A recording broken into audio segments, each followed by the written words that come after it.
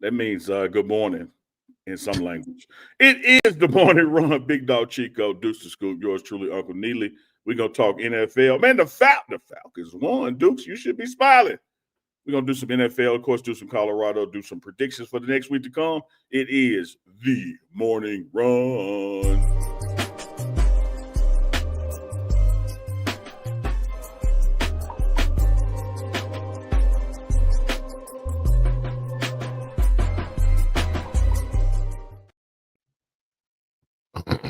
Good morning, everybody. Is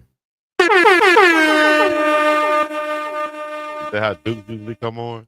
Good morning, everybody. And I had a question about that, too, before we even get into the show. Duke, Yo, 1 p.m. in Atlanta, 11 a.m. in Boulder. It's 7 a.m. in Hawaii time. How do you come on the show sometimes and it sounds like you just be waking up? You're like, hello? Yeah. How you be sounding like Barry White at 1 p.m.? What you be doing? You take a nap still? I'm smooth. Nah, for real. I be getting up to take Keanu to school at like 5:30. Oh, yeah, okay. You come back, take the middle of the day old man naps then. Nothing wrong with that, dog. I ain't say I take no nap. Okay. Well, I'm just playing, man. I was just wondering that. Hey, Chico, what's up, man? Chico, like, no, man, I'm gonna say that Hey, offline. good morning. I ain't gonna say that. Shout out to the runners out there. Runners mount up. Y'all know what it is. It's the morning run. Uncle Neely, Big Dog Chico, and Duke's the damn scoop. We're live and in effect. Got you covered across the nation, from Atlanta to Hawaii, West Coast to the far East Coast, and everything else in between. Pineapple to the Big Apple. We're gonna talk about some sports. We got Coach Carl Reed joining us today, so we're gonna really talk some football also. Buffs bouncing back. Motivation Monday.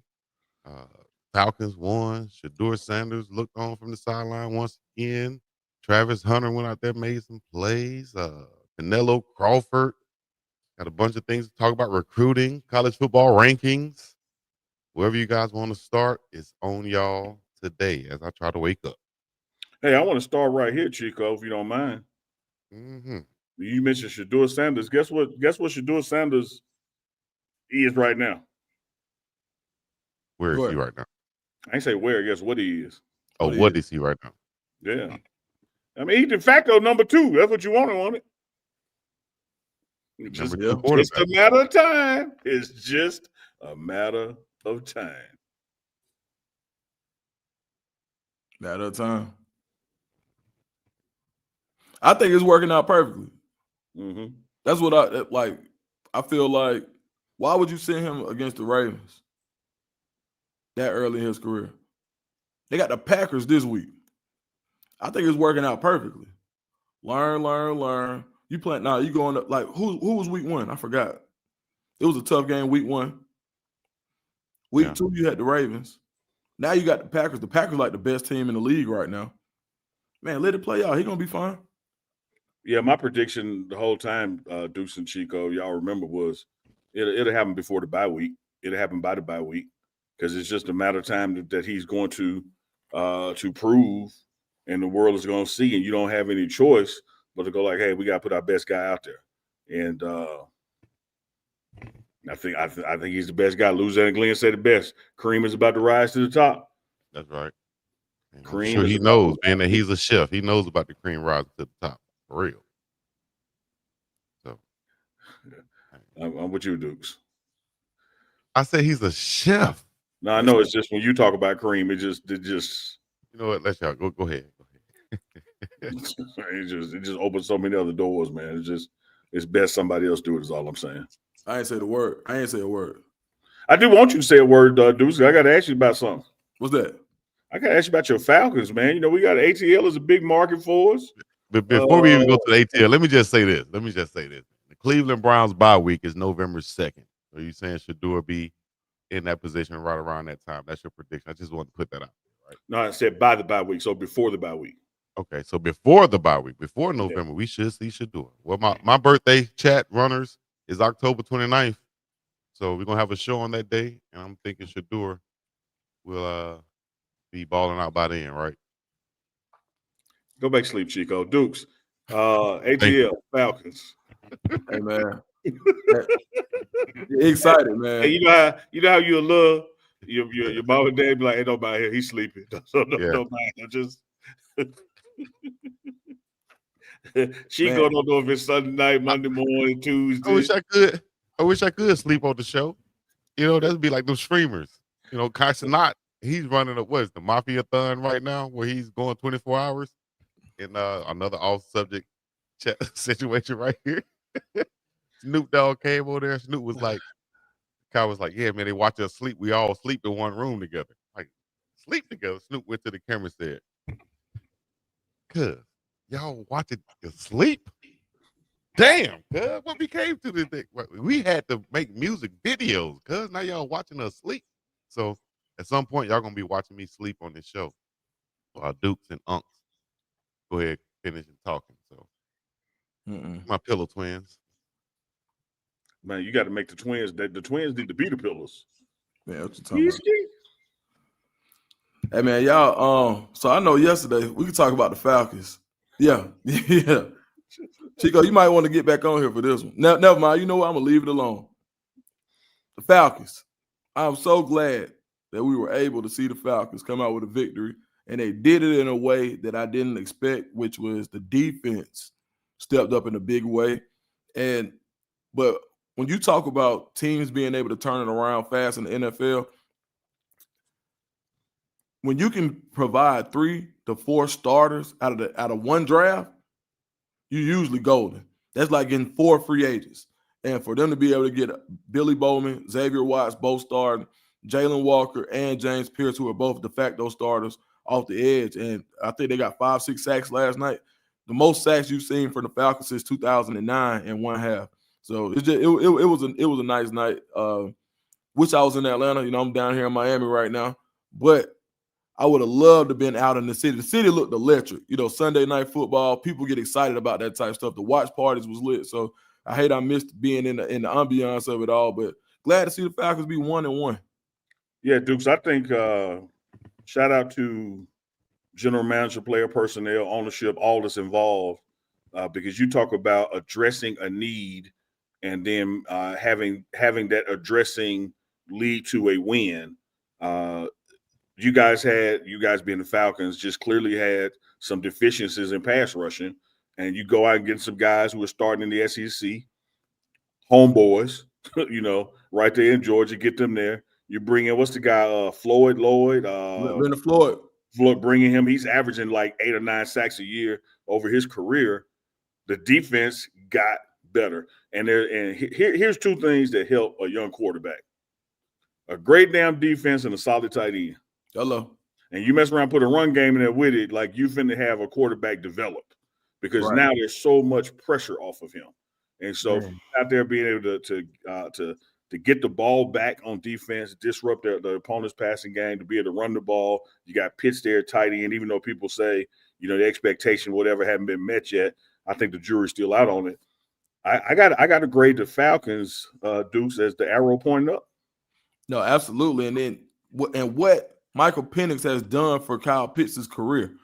Right now in the first 2 games, this looks like a different trajectory. It looks like the original trajectory that we saw Kyle Pitts on when he had the 1,000-yard rookie season as a tight end. So he'll never be able to undraft himself going as high as he did as a tight end. But all he can do is continue to be the best player that he can be, and I think that he's starting to fit in solidly with the team. So, man, I'm excited for the Falcons, man. Pitts just needed a quarterback that needed him. Ooh. You know, when you brought in Cousins with his veteran experience, his eyes are already trained downfield. Mm-hmm. You know, you bring in Penix, he's looking for completions. He's looking to get the ball out. And so it is just a perfect matrimony, if you ask me. Young quarterback, hell of a capable tight end. Like, hey, dude, I'm about to look for you. You know, for sure. Yeah. The matter of fact, when you turn around, the ball gonna be there. It's like I'm coming at you. Pause. For sure. Michael Penix has a cannon for an arm, so it was great to see, man. And it wasn't the traditional. Everybody was waiting on the Falcons to do what they do, which is Falcon. And I saw somebody in the chat say that as well. And when you kick 5 field goals and you're the Falcons, you're thinking we finna lose because we should have made some touchdowns out of that, because that's traditional football. but I never had the Falcons holding the Vikings, Justin Jefferson. Like the way the Vikings been body slamming the Falcons lately, I never thought they were going to be able to hold Justin Jefferson without a touchdown. And dude, I think when we talk about holding them to without a touchdown, I think the J.J. McCarty's QB numbers were like a 39.7 QBR. mm-hmm. It would have been a 37 QBR if he just spiked the ball every time. Yeah. Like you talk about containing the guy. Yeah, like hear this out now. You got a 39 and you were trying. You could have spiked the ball every time. It just would have been a 37. Yeah, you're right. That's how much heat was on his ass. And it's so crazy too because it was like before the half, the Falcons up 9-3, and it's like what? They on a 20-yard line with like 14 seconds left, and then they just break out with a 50-yard pass to Justin Jefferson. They kick a field goal before the half. Everybody in Atlanta said, "Oh, here we go with this." Like, and for the Falcons to come back out, get a 3 and out, that defense is starting to look like one of the top units in the league. And we're going to find out tonight. And the reason I'm saying that is because we're going to find out the Tampa Bay game was an anomaly. They didn't play the best, but they held Tampa Bay to under 25 points. If Tampa Bay goes out and puts up a big number tonight, it's going to start to look like the Falcons really do have one of the top up-and-coming defenses in the league. And I'm fine with it. I would love for the Grits Blitz to come on back to town. So, man, shout out to the Falcons, man, and as an ATL, and with everything going on in the city with the phone calls and all the crazy stuff in Atlanta, man, we need the Falcons to be good this year. I love that. Shout out to the ATL Dirty Birds. Hey, wouldn't be right. From the ATL to Dallas. A Ratlanta reference? Yeah, we're talking about the phone. Go back to sleep, Chico. Let me and this man talk. Okay, my bad. He's sleepy, y'all. Know what y'all talking about. Chico, why you pop? Chico, now listen.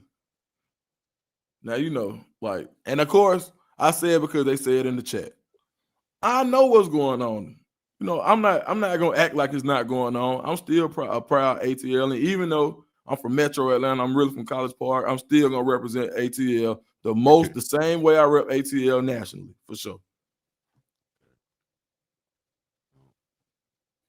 I ain't gonna run from it. It's going on. Look at Cam. Cam on the morning run. Shout out to Cam. Shout out to Cam, man. Shout out to Cam. Hey, speaking of shout outs, how about them Cowboys? Dak Prescott has now beat the New York Giants 14 times in a row. 14 times in a row. Y'all know me. I am the Giant killer. Dak, are officially a Giant killer as well. 14 consecutive wins over the New York Giants. This one in the overtime had a lot of drama, a lot of flair. You didn't want to get up and leave watching that game. Tell you who I want to give a big shout out to in that game, though. Who that? I want to give a shout out to the Coach Prime recruit to Jackson State from Florida by the name of James the Problem Houston, drafted by the Detroit Lions, ran into some injury problems, went over to the Browns, found himself now at the Cowboys on the 53-man roster. Let me tell you how dominant he was in that first quarter. The left tackle he was going up against got 4 penalties and had to get benched. When you can make the other team bench a guy, you have lived up to your nickname, The Problem. Shout out to James, The Problem, Houston. Tackle for loss, got a sack. Just straight dominance out there. Made the man give a personal foul. Man just hit him in the head. Just swung on him. Just swung on him. So shout out to the Cowboys for that division win. You know, we also been talking about what the Chiefs are going to do this year, and Kansas City was going to do, and blah blah blah blah blah. They 0-2 Dukes. Are we sounding the alarm in KC, or is everything all right? They'll be all right. I ain't tripping on that. I ain't either. Until they are mathematically out of the playoffs, I will never bet against Patrick Jerome Mahomes. Yeah, you can't. I don't care if they 0-2, 0-3. You know, and we're gonna get into the Colorado Buffs being 1-2, but there's some teams out there that look dog. Clemson record. If you think they ain't finna make a comeback in the ACC, the Chiefs in the NFL, if you think they ain't finna make a comeback, wrong. How many Wrong. times have the Chiefs started a season like this, like 0-1 or 0-2 or something like that? And This then is if you count the Super Bowl, Chico. Great question. If you count the Super Bowl, this is Patrick Mahomes' first time losing 3 games in a row. Mm. And I'm talking about Texas Tech as well. Like this is the first time. So he's 0-2 on this season. Of course, you end the season with the Super Bowl that was in this calendar year. So first time in his career he's ever lost 3, had 3 losing games in a row. Yeah. That's a winner at QB right there. That's what Coach Prime said he'd be looking for at the QB position. People who have, a track record of winning. And I agree with that. They just have something in them that doesn't accept the losing, aspect of the game. They don't get complacent with, okay, we lost this one. We're gonna try to they're winners at heart. And so that's what you heard Coach Prime say he's looking for at that quarterback position, or at all positions for that matter. Guys who come from winning programs, winning background. You just couldn't wait for Carl Reed to get on, huh? What do you mean? You just Trying to bring him on now? You just want to segue to the Buffs early. No, it was just you can segue out of it. I just asked. I didn't want making a preference. I just asked a question. Show that agility one time for us. Mental gymnastics. Chico, we got a super chat. Manufactured adversity. You know what I mean? I wish y'all could have heard Sleepy Chico when we first started. I'm trying to wake up now, man. I know. That's why I'm laughing at you. Yeah, Chico. Yeah, there we go. Sleepy, man. Let me read this one. Dukes, ask Chico about his knee slapping boxing story. Oh, first of all, let me say this, Dukes. I'm bringing up stuff from last night. I gotta go back and watch this. Ask him for the short version because he took 20 minutes last night to just say, "I got my ass whooped." But as Fat Joe would say, I'm telling the truth. Oh, you are. These are not lies. You are absolutely our Fat Joe. Chico, you want to talk about the boxing story before Coach Reed get on? Nah, not at all. Not at all. We could talk about Canelo and Crawford, though. Yeah. How about we talk about that? What did you think, Duke? Duke, Unc and I. Well, all of us was texting during the fight. We talked about it last night on Unc and Chico, but we wasn't able to get a Duke's scoop on the boxing. See, I can't even make a little face. Okay, you know what? Duke, tell us what you thought about what happened in the damn fight. Hey, boy, you one of a kind, boy. Hey, man. One of one. This Chico. Man, I tell you one thing, man. Hey, sometimes you just got folks to know how to fight, man. He one of them, man. Leave him alone, bro. Don't do you see Terence Crawford walking down the street, man. Listen, you don't want no problem with him. It didn't matter about no size difference. It didn't matter about no experience. And then this is what he did. He boxed. He didn't just fight. I think it may have been even worse if he fought him, to be honest. He really boxed him. So, man, shout out to pound for pound. Is there anybody better in the world right now than Bud Crawford? It might not be nobody better in the past world. Pound for pound, Bud Crawford is the best fighter that ever lived. That Bud Crawford, hey, man, leave him alone, buddy. Man, you can just tell, man, I knew something wrong with Bud Crawford when he had on that full length trench coat Letterman jacket, whatever it was. It looked crazy as hell. I'm gonna find it. When he wore that, I said, "Yep, something wrong with Buddy, man," because he daring somebody to talk about him. So, man, shout out to Bud Crawford. Yeah, I love one of the things Teddy Atlas said post fight, because I love Teddy Atlas's analogies and his alliterations. He spoke about the dominance of Bud Crawford, which we talked about last night as well. But he said, in order for Canelo to win, he had to go somewhere. He had a destination he had to arrive to. And there was no other way he could win unless he got to that destination. But the problem was, to get to that destination, he had to go through a bad neighborhood. And every time he would get halfway down that block, Bud Crawford would mug him. And he had to go back to the top of the block and start over. But he had no choice. But I got to keep coming down this street because this is the only path to victory. And every time he come down that block, he would get mugged. Like all the pressure. Teddy Atlas said that. All the pressure that Canelo was doing early on, trying to cut the ring off and walking down and corner him, it would just backfire on him. I think Bud just showed how depth his talent is, how deep his well goes. He took punches from a bigger, stronger guy, body and head shots. Got an accidental cut from a headbutt cut. None of that took him off what he was trying to accomplish. And he really showed how talented of a boxer he is, not just a fighter, but a boxer. It was just a flat-on clinic. The three of us last week, we picked Bud to win, and we picked him to win in a dominant fashion. But I don't think any of us had like Canelo just only winning 3 rounds or 2 rounds. Like it wasn't close. No, I mean, and really the boxing aspect is what impressed me the most. And I think, and Chico brought up the fact of him being able to switch from orthodox to southpaw, and he doesn't have to. He could beat you either side. It don't matter. And I think for somebody, when you hear a story, the more and more you think about it, it sounds more like, the mama used to pay people to fight him and see who could whoop him. Mm-hmm. The more and more it sounds like leave him alone. Like no, seriously. The more and more it sounds like I would need 100 M's to fight this dude. Like it didn't, and we're talking about somebody jumping up from where he started, 25 pounds in weight classes from where he started. That's insane. Like this is something, and he just skipped 2 weight classes since his last fight. This is unheard of, unprecedented, dog. One of the things I do love, I love post-fight Chico.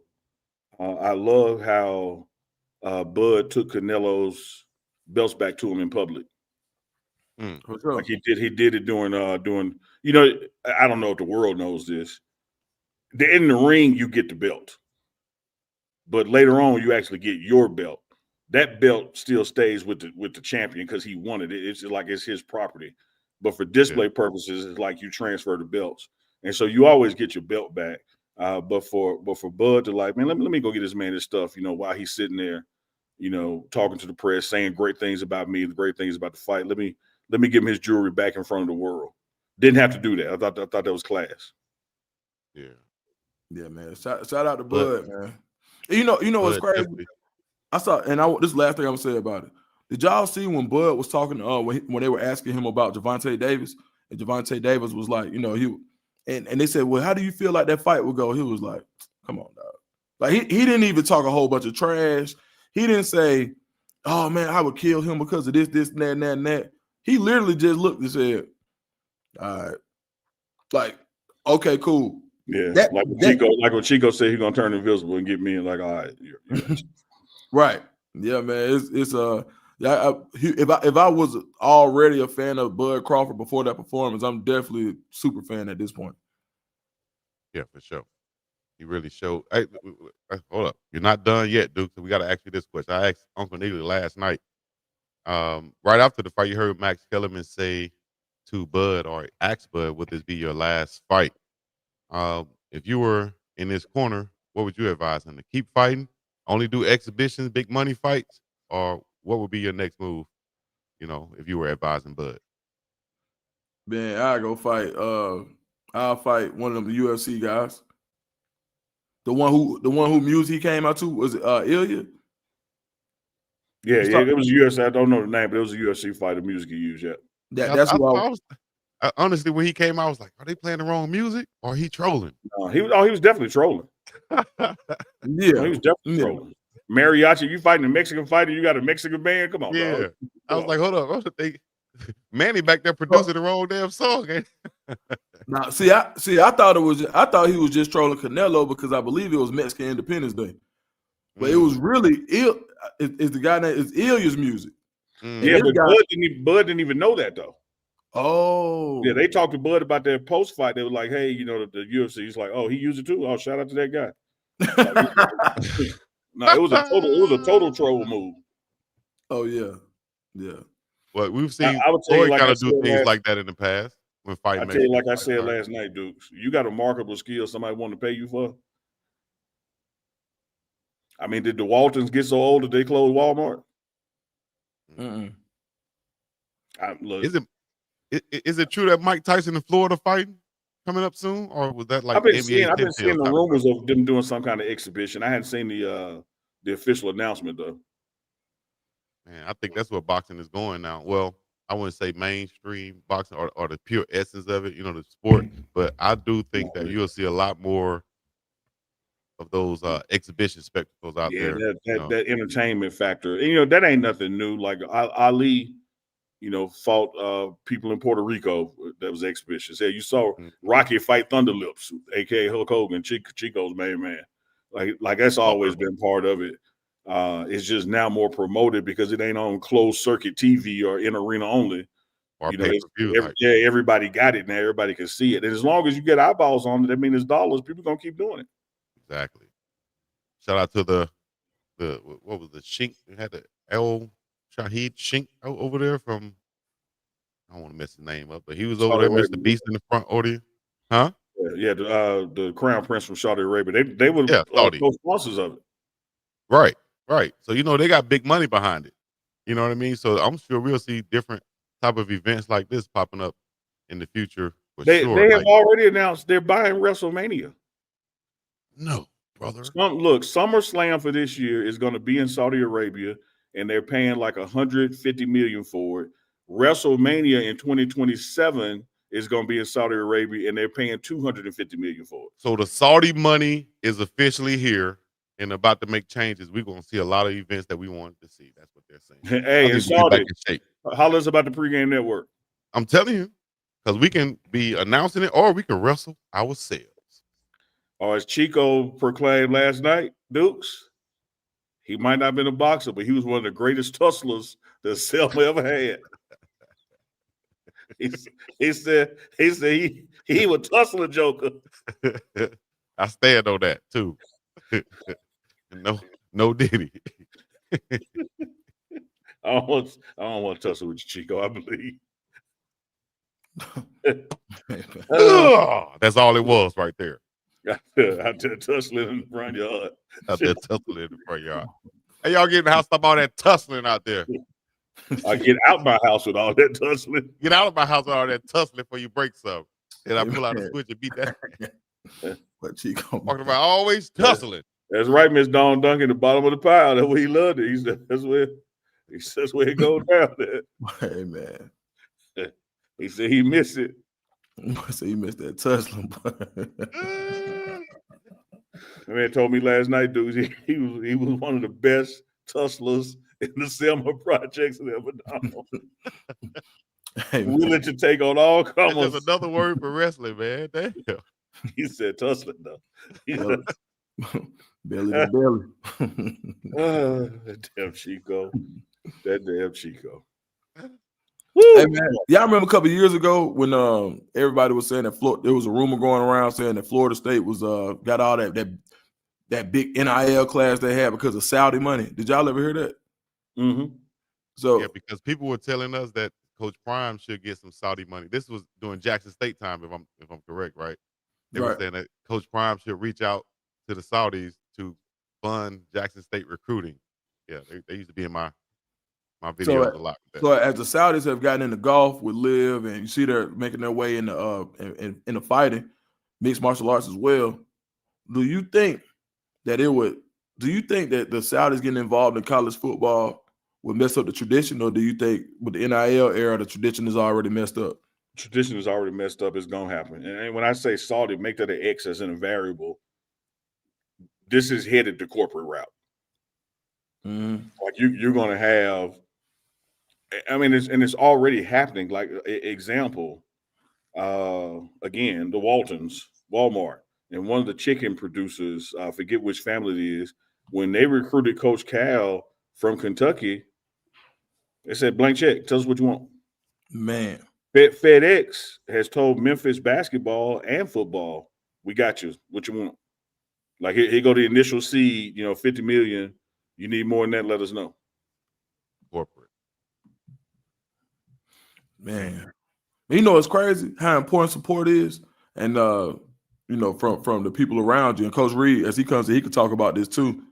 But how Arkansas can struggle so much in football when it comes but basketball can get a blank check. The people around supporting the coach is so important in this industry, dog. Yeah, we talked about this, man, in the early days of the morning run. Speaking of the early days morning run, let me shout out something real quick. Y'all stay tuned because somewhere around the end of September will be the 100th episode of the morning run, and we're gonna have a Wayne Dang Doodle that morning. We're gonna have a doozy, Chico, that morning. We might tussle that morning. 100th episode coming up. There's a lot of things, Dukes, where new money ain't as important as old money, right? Mm-hmm. And so when you have these quote unquote boosters who they got the market locked on the football side, they the ones in the suites, they the ones do this and that, and then this opportunity over for basketball, it's like, all right, well, I'm finna do this. I'm finna be the basketball hero. And so you're gonna see a lot of that across collegiate sports, because one of the things about it in this NIL space is you can't keep running to the same people for the same money. You got to diversify this portfolio, particularly between men's basketball and football, because a lot of the other sports, as y'all know, are not revenue generating enough to cover their own expenses. So it's pulled out of those two sports to actually turn a profit. And so you may have Tyson Chicken. You might have Tyson funding all the Arkansas basketball and Walmart funding all the Arkansas football, or the oil guys like Jerry doing it. So money in college football ain't going nowhere. It's just beginning. He ain't lying. All right, let's bring Speaking on of just Coach Reed. beginning, we got the one and only, the legendary, the man himself, STL. Man, y'all don't know about the Lou. I'm from the Lou, and I'm proud. That's what Nelly used to say. Coach Carl Reed on the morning run. What up, Coach? Gentlemen, good morning, man. What a great fight we had on Saturday night, man. I heard y'all talking about the fight the other day. Most people don't know nothing about boxing, but it was a great fight on Saturday night. Coach, you were so well versed. I know you were being cute and coy there and paraphrasing the words of the legendary Roger Mayweather. Yes. When he said most people don't know shit about boxing. They don't. And what you saw Saturday night, Coach Carl, was the sweet science at its purest. It reminded me of Sweet Pea Pernell Whitaker days, like where speed and tactician and technician and footwork, and it's just showing you this is not just a brawler's game. This was once upon a time a gentleman's sport. Like you had to we out there in the suit and tie getting it on. Being a pugilist. I'm gonna tell you this.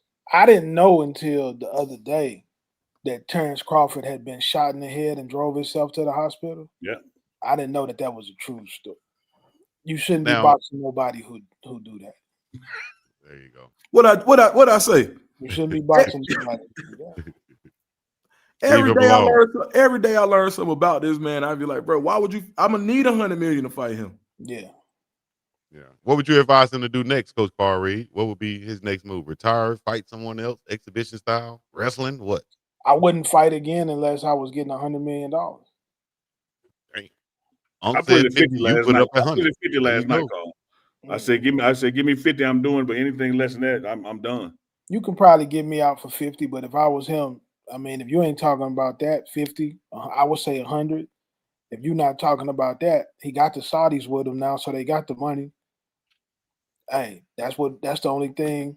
I know if you call my line, 100. Yeah. That's how you answer the phone. 100? 100? No. 100? No. Shout out to Reef in the chat who know about Sweet Pea, Pernell Whitaker. We used to say in hood, Parnell. Yeah. So no, that would be my thing. That's what I would, if I was advising them, that's what I would say. You couldn't get me up off the couch for less than that. Well, Coach, speaking of getting up off the couch and getting up off the mat and all that. Oh, speaking of, let me say this about the fight, my last item on it. I did enjoy the fact that even though we predicted Bud was going to win, love the fact that Bud won, all of that.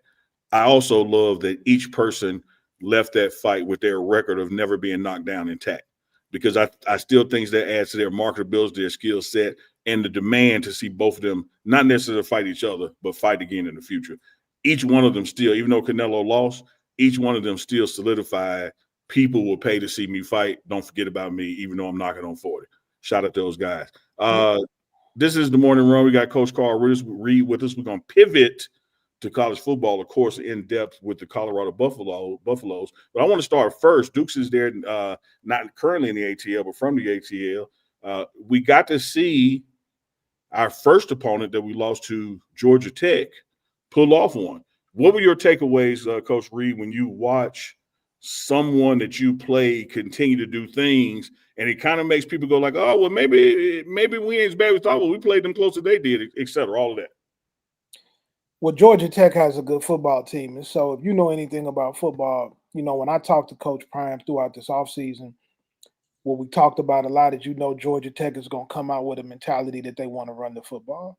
And so when you have a team that is committed to the run, especially gap scheme run, which is different than zone scheme. Gap scheme is I'm coming off the ball and I'm attacking a man and I'm coming downhill.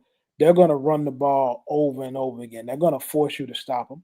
A lot of offensive play callers, a lot of head coaches, they'll throw the ball because they want to be cute or they want to make their receivers happy or they think it's a lot more fun. But it's very tough to beat a team that'll keep handing it off. And you force your linebackers and your safeties and your D-line to have to play the run, it changes the ball game for a lot of guys and makes them play physical. So I wasn't surprised. Clemson has a couple of D linemen on their team that are going to be first-round draft picks. And Georgia Tech had no problem moving them off the ball. Buster Faulkner from Georgia Tech is one of the great offensive minds in college football. Brent Key is the former offensive line coach at the University of Alabama. So the mentality that they're coming in the game with. They have a right guard on their team that jumps off the tape that is as good as any offensive lineman that I've seen play this season. So from that standpoint, I'm not surprised what Georgia Tech is doing, but they started doing it last year when they dismantled Florida State at the beginning of the season. Haynes King at quarterback is as tough as you're going to find. I mean, Georgia Tech, they in the middle of one of those special runs. And because of the identity that they've built, the kind of kids that they've gotten recruiting, the toughness that they're playing with, they're a very, very tough team to beat. And I always knew that was going to be a tough out for anybody who stepped across from Georgia Tech. This is Scoop, you're ATL, and the goalpost came down. Yeah, I mean, the whole time I was just thinking that Georgia Tech was one of those teams where you got a lot of guys happy to be there. Like Georgia Tech was their destination school, and they got a chip on their shoulder for that being that way. So when you think about being the quote-unquote little brother in the state, you got a lot of guys who may have wanted to go to Georgia and said, you know what, hey, Georgia didn't want me. I'm going to prove it every Saturday that this is why I'm here. And they bought into the system. And you think if you're a fool if you don't think Brent Key plays on that. Oh, well, you know what? You couldn't make it here, but you're gonna ball here. We got you here for a reason. And now he's mixing that in with some blue chip talent, the NIL, all that tech money, because Georgia Tech is basically Ivy League of the South. Now these guys are starting to say, all right, we're going to pour a little money in the program, so we're going to get a Josh Petty, a 5-star offensive tackle. We'll get a Tay Harris. We'll flip Tay Harris from Clemson, who ended up being the top 30 player last year. So as they start to mix that in, Georgia Tech, like Coach Reed said, they're in the middle of a special run. And another thing I wanted to say is Georgia Tech, I always talk about like these triple option teams. Wishbone, that's Coach Reed. You know about it. When you get a team that knows what they're doing, it don't matter if you know if it's coming or not. You got to stop it. We're going to run this so well. We're going to make your linebackers be perfect because we don't care what you saw last week and we don't care what you got coming next week. Your scout team will not be able to replicate what we're going to do and how good we do it. And that's what Georgia Tech is doing to teams. And right now, imagine having like Army or Navy with 5-star players. Like that's kind of what Georgia Tech is doing from a spread, option attack. Yeah, Dukes and Coach. When you have a talented team, when you have a quote unquote good transcendent to great team, everybody knew what Golden State was going to do. You got to stop it. Everybody knew what Jordan Pippen and Rodman were going to do in the triangle. You got to stop it. Everybody knew what the triplets and the Cowboys in the heyday were going to do. You still have to stop it. And so when you talk about that gap integrity, and particularly starting with the linebackers, being where they're supposed to be and coming downhill and filling the gaps, one failure to do so and the play is broken wide open and gone for a score. And that's what Georgia Tech baits you into doing with their quarterback. And Haynes King, what he did that first week one here in Boulder, I think people saw now in week 3, that wasn't a fluke. Yeah, I think that I think it's even deeper than that. It's not about assignment football. It's about want-to football, Mm. right? It's about I'm going to run the ball every single play, and you got to want to tackle me. And as the game wears on, you start to see guys running around those blocks, short arming it, moving out the way. It's just like somebody at school telling you, hey, I want to fight you after school, but then they really come out there and swing on you, right? A lot of times you go out there and everybody start talking and taking pictures and videos, and you got a problem, you got a problem. No, Yeah. it's about actually they're gonna come out there and they're gonna throw a punch at you, and then we're gonna see if you really want to fight. Versus coming out there and tussling. Yeah. And Chico's a great tussler. Well, it goes back to I said that, man. Keep it simple. If you can find something where you can keep it simple, don't make it too complicated. Keep it simple where your guys can play fast and you challenge the other team to stop you. I think those are the teams that do best throughout the season because they have an identity and they're going to lean on that and they're going to go with that throughout the game, no matter who they play. Just like if I was ran up on Uncle Neely, I don't care if he might outweigh me. I'm still gonna tussle with him. I'm gonna grab him, belly to belly, bam, simple. That's my game plan, and that's what we're going with. Yeah, and we're gonna check the scoreboard later. But before we check the scoreboard, Chico, hit me with that DJ cut sound. Is Manny over there? Manny's there. That just means we're about to pivot, Carl Reed. We're going to pivot to Colorado football. Coach, let me hit you with something. Halftime, Georgia Tech, Colorado was 13-10. You're in the game. Final score, 27-20. You were in the game. Halftime, we go down to Houston and take on the Houston Cougars. Halftime, Houston 16, Colorado 14. You were in the game. Final score, even though it's 36-20, you had a lot of moments where you were in the game. I want to start off on the defensive side of the ball, Coach Carl Reed. And the reason I do is this time last year and all of last year, we were praising the Colorado defense, but particularly the Colorado defense in the third and fourth quarter. The ability to make those halftime adjustments and pitch shutouts the rest of the game. What do you see has happened from last year to this year, why, at least in these two losses, that the gap has widened in the second half versus narrowed? Because the offense isn't getting enough first downs. A year ago, offensively, you knew that Shadur and Travis and Webster and Jimmy Horn could move the chains. And so it created less opportunities for the defense to be on the field. But if you go 3 and out, if you don't get more than the first down in the drive, the defense has to go right back on there. So they're playing longer. In football, you have to be able to play complementary football. So you got to get the offense going to be able to help the defense help you to close those games out. So I think it's more about how many plays they're being left on the field than it is breakdowns in what Coach Livingston's scheme and schematic situation is. Coach Carl Reed, can I give you an example of what you speaking on? I want to get Duke's and Chico's feedback on it as well. Yeah, go ahead. I told you the halftime score, Houston 16, Colorado 14. Houston was going to get the ball first. So your game plan is go out, hey, 3 and out them or keep them where they don't score. We get the ball, we take the lead, blah, blah, blah. You know the coach talk. Yeah. You stood on the soapbox in the locker room. Third quarter, Start of third quarter, Houston gets the ball. 17 plays, 57 yards, 8 minutes and 35 seconds off the clock, and they kick a field goal. We get the ball in the third quarter. 3 plays for 2 yards. And that was it for the third quarter. Yeah, you can't do that. I mean, you were down only 5 at that point. Right. You have to go out there and be able to move the ball down the field. And what you have to do when you call them plays, you got to think players, not plays. You got to identify who your best 2 players are on offense. And they got to touch the ball 80% of the time. Right? Whether that's your receivers, your running back, whoever it is. You got to get in the lab. It's something that I learned from Bobby Petrino when I was a very young coach. It's called FTS, feed the studs. Identify who the 2 best players are. They touch it 80% of the time. The third best player gets it the other 20%. Right? You just described the morning run. Yeah. And those are the only people you touch it. So you design plays to get those guys touches. So if I'm designing a play, I'm not thinking about the play. I'm thinking about the player that needs to touch the ball and what we need to do to get him to touch it. That's how I would be looking at it. Deuce Scoop. Appreciate that, Appreciate that, being that I'm the quarterback over here. Go ahead, Dukes. Man, y'all be now he right. And you got to get the ball to your playmakers. And I just think that the way the schedule's set up, you basically play Georgia Tech twice.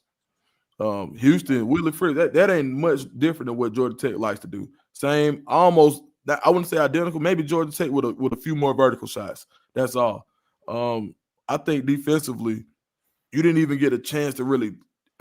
It's hard for me to say it. I'm trying to put it in the words the correct way, but you would have preferred to get another game under your belt and find out who you really have. I think Colorado is still trying to find out who the guys are.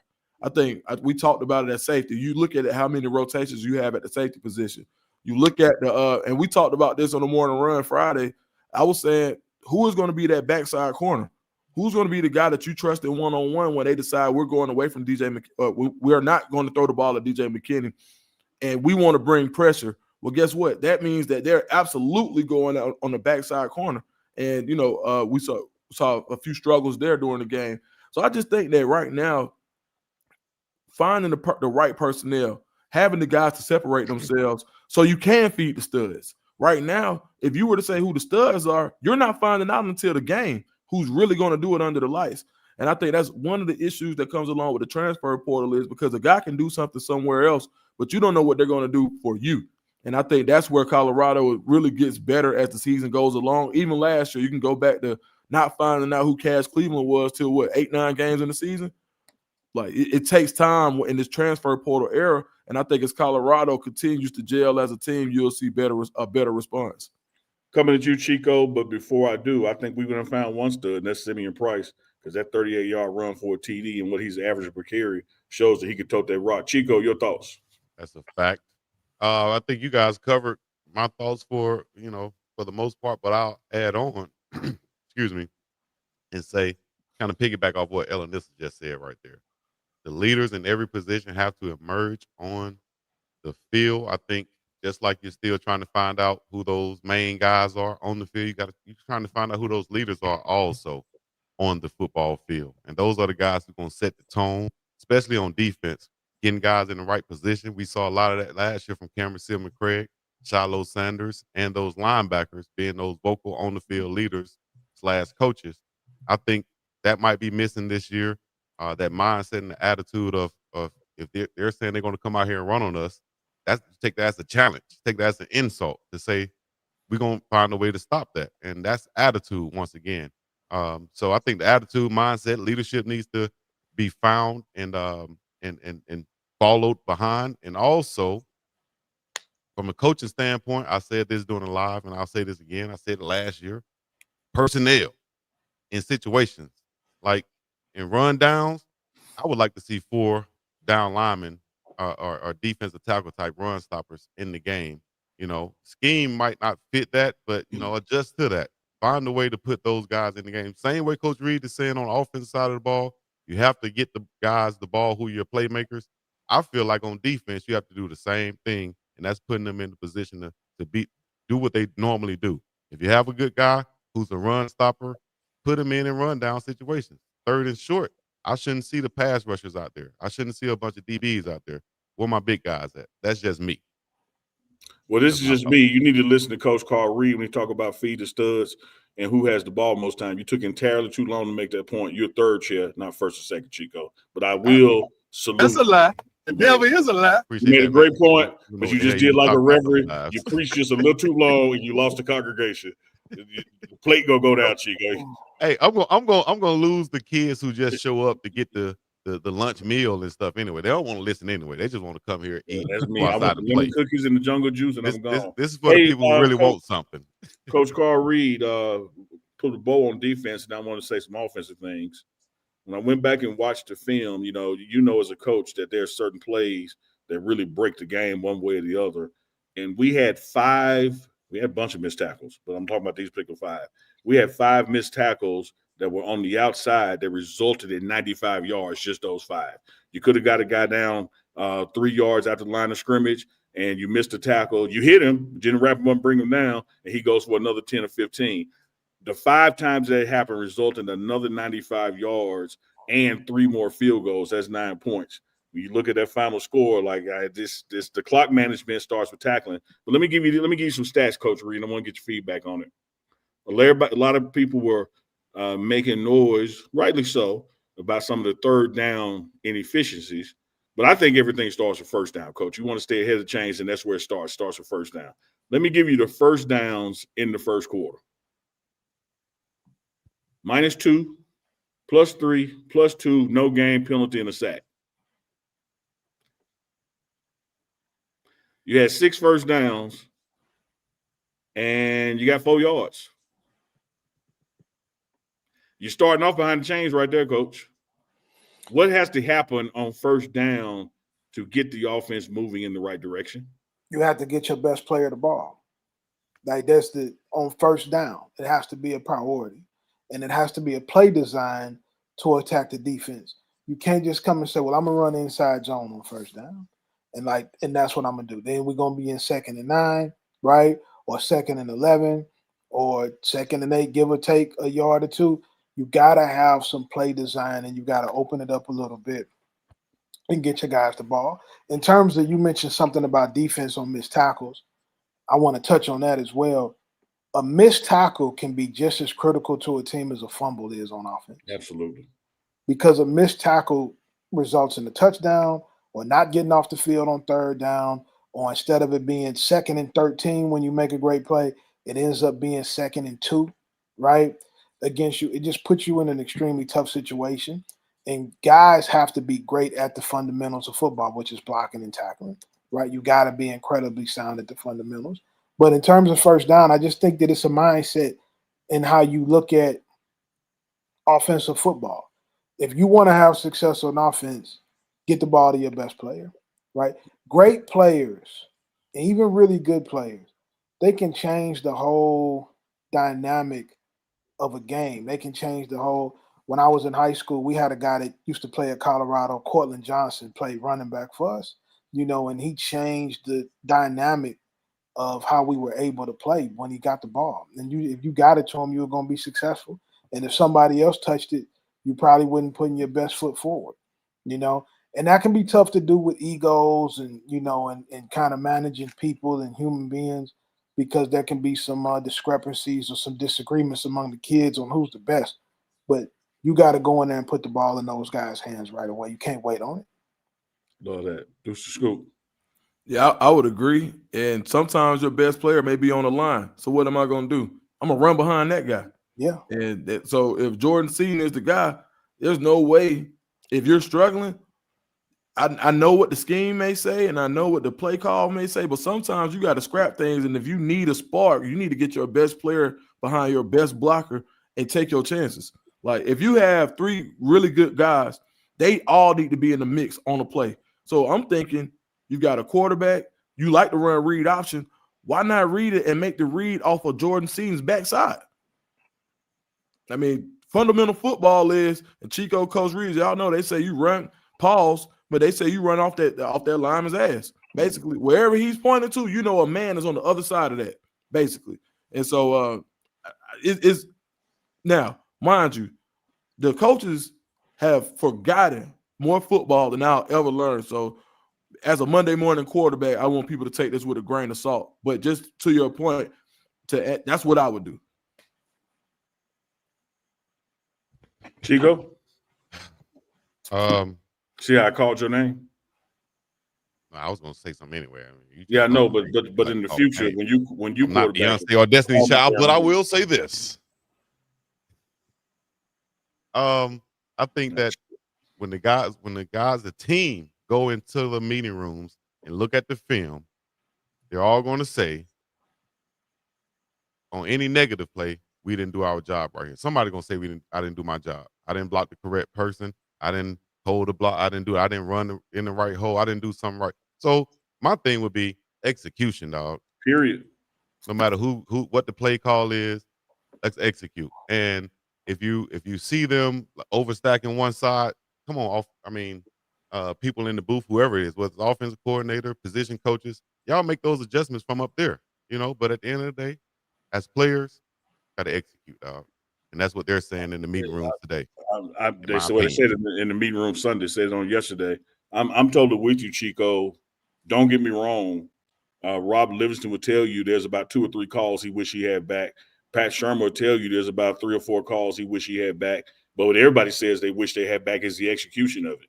Because when that ball hits JoJo in the middle of the field in his hands, clearly it was a good play call. You ain't catch the ball, you got to execute. When Sincere didn't turn on field and the other receivers didn't block, and I'm telling you what the receiver said in the team meeting. Oh, my bad, coach. I missed that block. My head was looking the wrong way. Like, there were so many miscues on execution, even the one from Staub to Draylon. Draylon tell you, man, I got to get flat on that route. I went out at an angle. That's why the ball was latent behind me. Same thing with the tackle. Look, and one thing about these plays that we were highlighting, Coach, if just 1 or 2, you didn't have to fix all 8 of them. Just 1 or 2. The sack that my man JB missed, like that changes the game. Yeah. And you can't say that Rob Livingston had it in the wrong spot, because how the hell did he get back there if he's in the wrong spot? The scheme was right. The execution and the get off was right. You literally just missed the quarterback and extend the drive, and they get a score out of that. So there's a lot of things to clean up. But here's my takeaway to it, guys. Real quick, Coach. I want to get your feedback on it. 1, our special teams is operating at a level that ain't finna drop off. Them dudes can kick. Yeah. 2, our offensive line is playing at a level that if we utilize them more, we straight. Like if Shadur had this offensive line, hell, we in the playoffs last year. This offensive line is playing. Can't blame them no more. The special teams offensive line, I'm grading them high. The other things, because they're execution oriented, you can fix these things, because it's not like, oh damn, we just don't have it. Like 2 years ago on the O-line, we just didn't have certain talent in certain spaces. And then 3 is really number 1. The goal this whole season has been to get to the Big 12 championship. And I would submit to my 3 brothers right here and anybody listening around the world, the 2 teams that are going to be in Dallas December 7th, both of them going to have 2 losses. One of them might have 3. You're probably going to have a 10-2 team versus a 9-3 team because of the parity in this conference. So, Dukes, I know you love spades. We lost a book that I counted. The game ain't over, though. Right. Now we got to go into a book that we didn't count. You got to this one, and we can still get to December 7th in Dallas. You are right, Neely. There's definitely still opportunities on there for you to handle your business week to week. I want to pivot a little bit because I can see the comments up here on my screen, and I just saw a young lady write in the comments that you were cute, Neely, right? And so that kind of threw off my concentration. That's a lie. It kind of threw off my concentration and my focus a little bit on football conversation. But I know you've dealt with a lot of sponsors. You and I have done a bunch of media together. Do we perhaps need to get Tinder to be a sponsor? Yes, right? Or maybe Facebook dating, because it is a lady in here. And she threw me off with that. I wouldn't be against Pornhub either. So whoever wants to come on, Rose Parks, Ocho. Dollars, we got Chico the Tussler, we got Deuce the Scoop. Like we got a lot of angles we can work with this thing, Coach Reed. But I will say that I'm not surprised, and I say this with humility, that my cuteness threw you off, Coach Reed. I'm gonna tell you what, you saying Pornhub and then saying angles right after that is crazy. No, that's crazy work now. That's crazy work right there. It absolutely is. But you're the one with the pivot to the cuteness now, so that's just crazy work. I think he was pivoting to the comment, not the cuteness. Yeah, right. The comment. My point is, it froze him, Chico. It's like because he said, damn, the comment ain't lying. It broke my concentration. That's all. He was broke my concentration. Hey.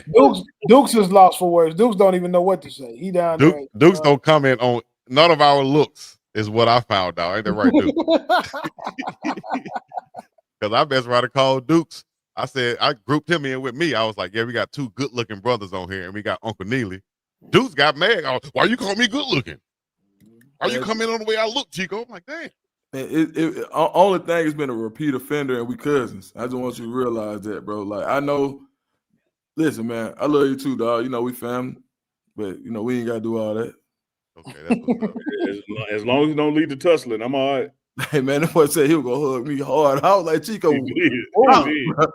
Man, Deuce, when I see you, I'm gonna hug you. I'm gonna hug you Cuz we real. together. We ain't gotta prove, bro. Cuz I'm with you. Family. One thing that I will say when we go back to play calling in offense, you have Marshall Falk on the staff, who I believe doing this. I grew up watching him with the St. Louis Rams. He was the ultimate matchup problem for what he did at running back, what he did as a receiver. He did it both at a high level, 1,000 yards rushing and 1,000 yards receiving in the same season, Super Bowl champion. I think that he has probably some play designs that he's very familiar with that could probably assist getting some of them guys touches. You know, you see those movies where the president got to make a decision to hit that nuclear button, Coach Carl Reed, and that button is always under a clear acrylic case. You got to lift that, then put your finger on the button. Yeah. If that is a panic button, I hadn't even lifted the lid on the acrylic thing. Like I am not in panic mode here. Oh no, it's just a long season, man. Long season. We've been like this before. Season 1 started off hot, then the wheels fell off. Season 2, you started like this, then the wheels came on. You finished with nine wins. I like who we are. One of the things that Coach Prime said to the players right there on the field early in the second quarter, man, if they could score 13, you don't think we can? Like we can be in this football game before halftime, and he'll tell you what he said at the team meeting. He's like, man, one of the coaches I look up to, this was yesterday. He said, I look up, I love Dabo, what he does over there at Clemson, and when he said, hey, the last time our record was this, we went on to win 10 in a row. We can't do that. Like we don't have a problem if we look in the mirror. I'm paraphrasing Coach Fryme. If we look in the mirror, and I'm including myself and all the coaches and all the players, and say, what did we do or could have done differently to win that game and fix it? Kendrick Lamar said it, man, we're gonna be all right. We got Wyoming coming in that you cannot take for granted. Like they're gonna come in here and want to play bully ball and be physical, but you have time to right this ship because these things happen early on in the season before you got to the bulk of conference play. Absolutely. Real quick, Chico, can you put the schedule back up? Yes, sir, with the bless sir. Yeah. BYU, they gonna run the ball. TCU, they gonna run the ball. Utah, they got a quarterback that's gonna run the ball. Like you right now, if I don't see a trend or anything else, the rubber's gonna meet the road when Colorado stops the run. Now I don't you got to, and that's basic football. You got to do that when you stop the run. And I guarantee you, once they get that fixed, look at these predominantly run teams that you're facing. They get that fixed. It's almost like when we play in spades and you see that 10 walk, then you know everything else is gravy. Soon as they get that fixed, I'm telling you, this schedule can really play in their favor. Duke, I feel like when they get the quarterback situation fixed, and that could be anyone back there. And I say that to say that because when they continue to move the chains and put together first down, that's what's going to help this defense more than anything, I think. Yes, they're going to have to stop the run still on their side of the football, but we have to move the chains on offense. And I think that's what a focused, determined Caden Salter will bring to this team. He can come back and be the Caden Salter of old and just make those correct reads, take what the defense gives him, and continue to move the chains. That's going to keep that defense sitting down. And like Coach Reed said, that's going to give less opportunities for them to be ran on. So that's what I think. That's going to be the best friend of this defense. I love both of those points, Duke. There's no doubt we got to stop the run, Chico. There's no doubt we have to run the ball to control the clock. But I'm still doubling down on our issues. As much as we could throw rocks at Pat Shermer or Rob Livingston for schematics, our issues have been execution. Our issues have purely been on the execution side of the ball and making the play that was called happen, not dropping the pass or making the tackle. Because, again, if it was a bad scheme, you wouldn't even be in a position to miss the tackle. If it was a bad play call, you wouldn't be in a position to drop the pass. And you can look at the evidence of it. Here's another thing we got to keep in mind about this defense, Coach Reed. Final score, 36-20. But this is the same defense that we're complaining about, that even I'm complaining about. You know how many field goals we held them to? Yeah. Right. You had plenty of If opportunities. our defense was just totally inept, them field goals would have been touchdowns. And when I say held them to, there were 50-yarders, 48-yarders, 42-yarders. Shout out to their kicker. Shout out to the recruiting staff. They got them one. But it's not like they were driving the ball just all the way downfield and running in for a touchdown on us and taking us into the end zone with them. Like, our defense was still turning it up, but what happened is just what Carl Reed said. When you're on the field that damn long, because the offense is coming, Coach, let me. I know we got to wrap up, Chico. Top of the hour, past the hour. Coach Reed, can I hit you with the fourth quarter? Mm-hmm. Let me hit you with the fourth quarter, Coach. These are the possessions. -2, 0 interception. Next possession, 3 plays for 0 yards. Next possession, 6 plays, 83 yards, 2:22 off the clock, but no score. Next possession, 4 plays for 9 yards and interception. What's your defense supposed to do? It's tough. Now, can I say this? As far as scheme go, because we have said execution. I know I said execution, and no matter what. And when I played, I hated the scheme that we played in. I was a tight end, and I had to transition to it being more of a slot receiver because we wanted to run 4 wide, right? I will say this. Just from the philosophy and the scheme on the offensive side of football, I would love to see us do more misdirection plays. And I say this during the live. Give me some jet sweeps. Give me some jet fakes. Give me some rollouts more. Just a whole bunch of – give me 2 backs in the backfield going misdirection. I would like to see just a little bit more diversity, should I say, on the offensive side of the ball and not being so vanilla all the time. And because I could look from the stands or from TV and kind of call out what the next play might be. I'm sure the defensive coordinators are seeing that also. So I think we do need to switch it up a little bit. Yeah. But at the same Chico, time, no matter what players call, you got to execute. I was about to say that, Chico. Please unball your fist. I'm about to give you a compliment. Even though you may have reluctantly been a tight end in the slot, you still called 98%. Yeah. You didn't allow your frustration to drop the pass or not do your job. Yeah, I'm going to find a way to play. You still executed. Right. Make hope an option. $5 super chat. Appreciate that. How does Salter feel about comeback as quarterback? Of course, he'd be elated to come back as quarterback. You think he don't want to play? Like he wants to be out there. And I would imagine, we'll hear from Coach Prime tomorrow live on the morning run with his presser to close out Houston and to forecast Wyoming. I'd imagine we will hear just that kind of talk from him tomorrow. Yeah, for sure. Well, we're going to stay tuned and we're going to see that right here on the morning run.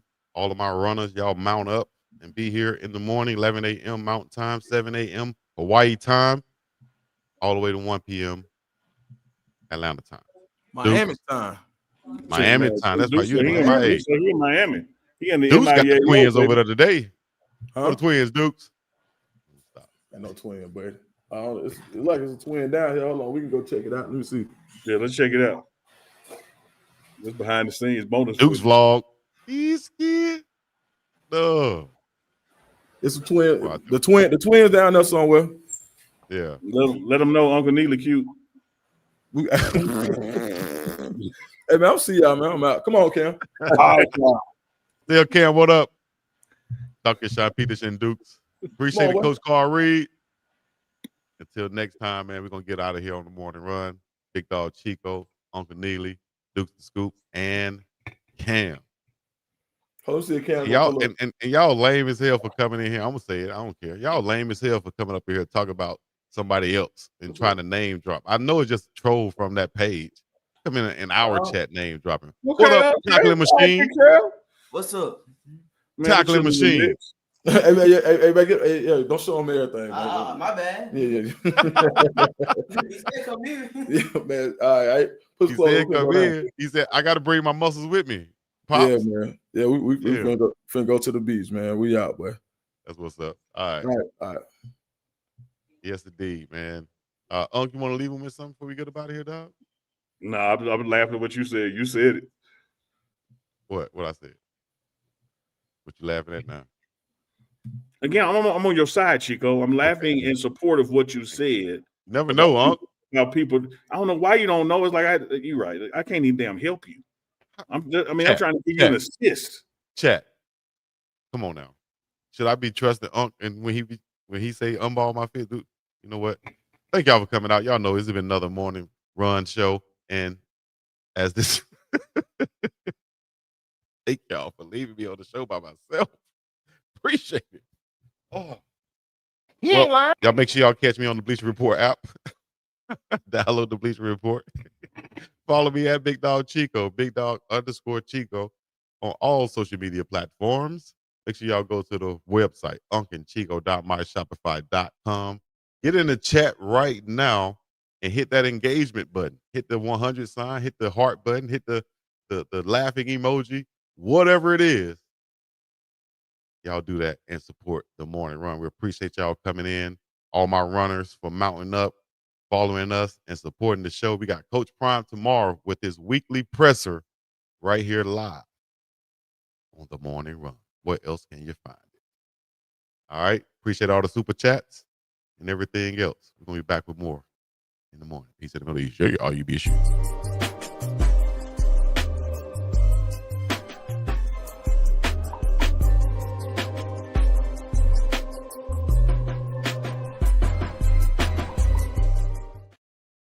That's what I'm talking about.